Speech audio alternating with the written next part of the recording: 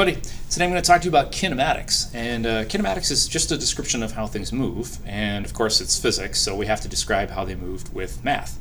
And so we've come up with a lot of variables at this point. I don't know if you guys really realize how many variables we have in our descriptions of the motions of the objects that we've looked at. So here's the list of the variables that you might use. I didn't include force in here because kinematics really doesn't talk about why things change their motion or why they're moving the way that they are. It just talks about the fact that they are and tries to describe it mathematically. So here's the variables. So we started off with displacement. If you remember at the beginning of the year, we talked about how things change their position, and that's a vector, and we talked about displacement as delta x. So you may remember that. We've talked about it since the beginning of the year. We also noticed that we have to observe at 2 or more different times, and so delta t is our elapsed time. How much time has elapsed between our 2 observation points?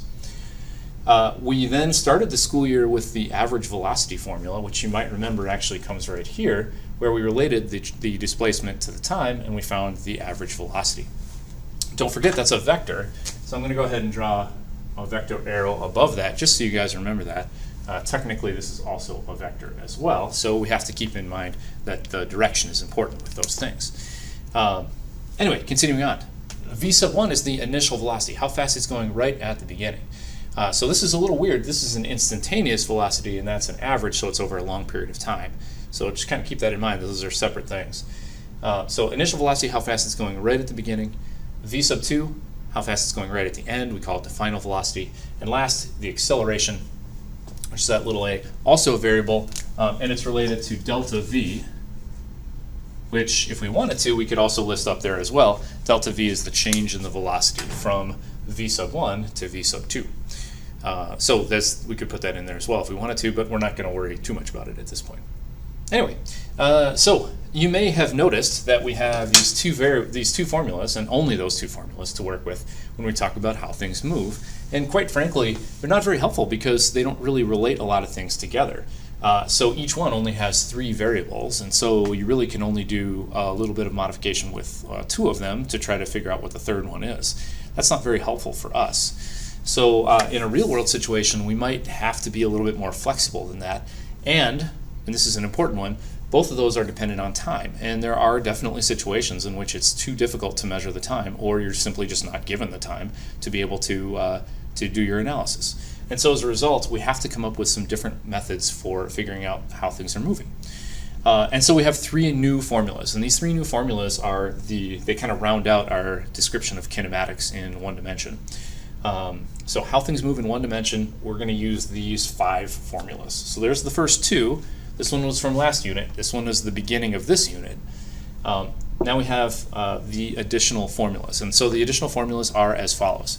First, we have the average of the velocities. You may recognize this as just being, let's take the average of the velocities, and that's why I call it the average of velocities formula. So we take the initial velocity and add it to the final velocity and divide by 2, and that gives us the average.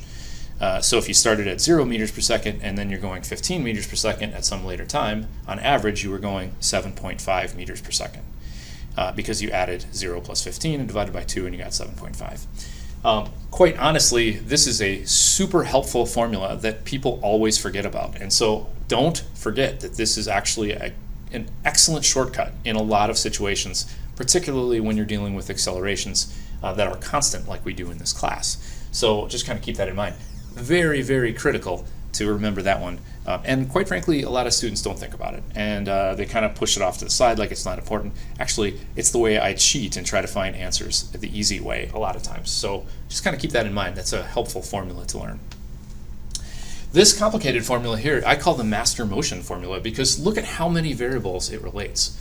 Displacement, initial velocity, the time, and the acceleration. And of course, this is also the time, so we got it in 2 different positions, but it's the same variable. So this formula is actually critical for figuring out most physics math problems dealing with kinematics. So I call it the master motion formula because really about 85% of the time, this is a good choice for ones to pick. Again, look it's got 1, 2, 3, 4 of the 6 variables that we have listed off up there. So that's a great choice for you. And again, it's a critical one for most of our descriptions. Also, when we do labs and I allow you to choose the procedure that you use, you guys have already intuitively decided that picking the initial velocity to be 0 is probably a good thing. Look at what happens when you pick the initial velocity to be 0 in a situation in a lab. Look at what that term does. This is 0 times whatever the time is. Don't you see how that would drop out, and then you have a much simpler formula to work with. The displacement is equal to 1/2 times the acceleration times the time squared. That's the one that you found in the textbook when they described Galileo's work on ramps. It was x equals 1/2 at squared. It's also what you hopefully just found in your ramp lab that you did in class, which you did in an inquiry way. So hopefully you found that the displacement and the time are related through that parabolic relationship there. That's the master motion formula. Last one is what I call the no time formula. And I call it the no time formula not because you don't have time to learn it, but because it's the one formula where we have completely eliminated time through the use of algebra. We've eliminated time from the formula because sometimes you just don't have the time in your problem or in your experiment.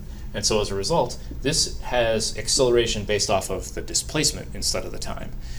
So it's kind of helpful. Another interesting thing is this actually has the final velocity in it as well, whereas the master motion formula, you may have noticed, it did not have the final velocity in it.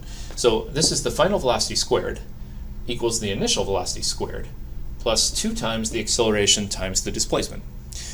Now, where people get this wrong is that they forget to square this value or they forget to square that value.